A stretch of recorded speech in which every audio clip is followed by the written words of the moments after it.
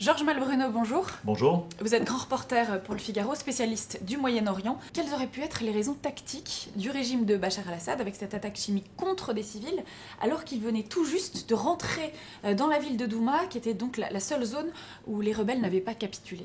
D'après ce que disent les opposants et d'autres, c'est de hâter justement le règlement de cette crise de la Ghouta. Il ne restait plus que cet abcès de fixation. Donc le régime, d'après ses opposants, a eu envie d'en finir rapidement, et comme il est accusé de l'avoir fait à de nombreuses reprises avant, d'avoir bombardé avec des gaz chimiques cette poche. Le régime évidemment répond, mais quel est l'intérêt que Bachar el-Assad aurait eu effectivement comme ça de précipiter une crise?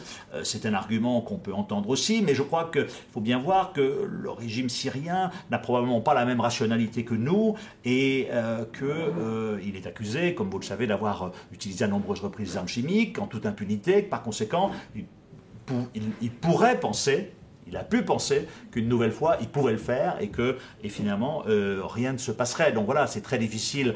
On sait aujourd'hui que les bombardements ont été effectués par un hélicoptère syrien qui avait décollé une demi-heure plus tôt d'une base aérienne de Doumer.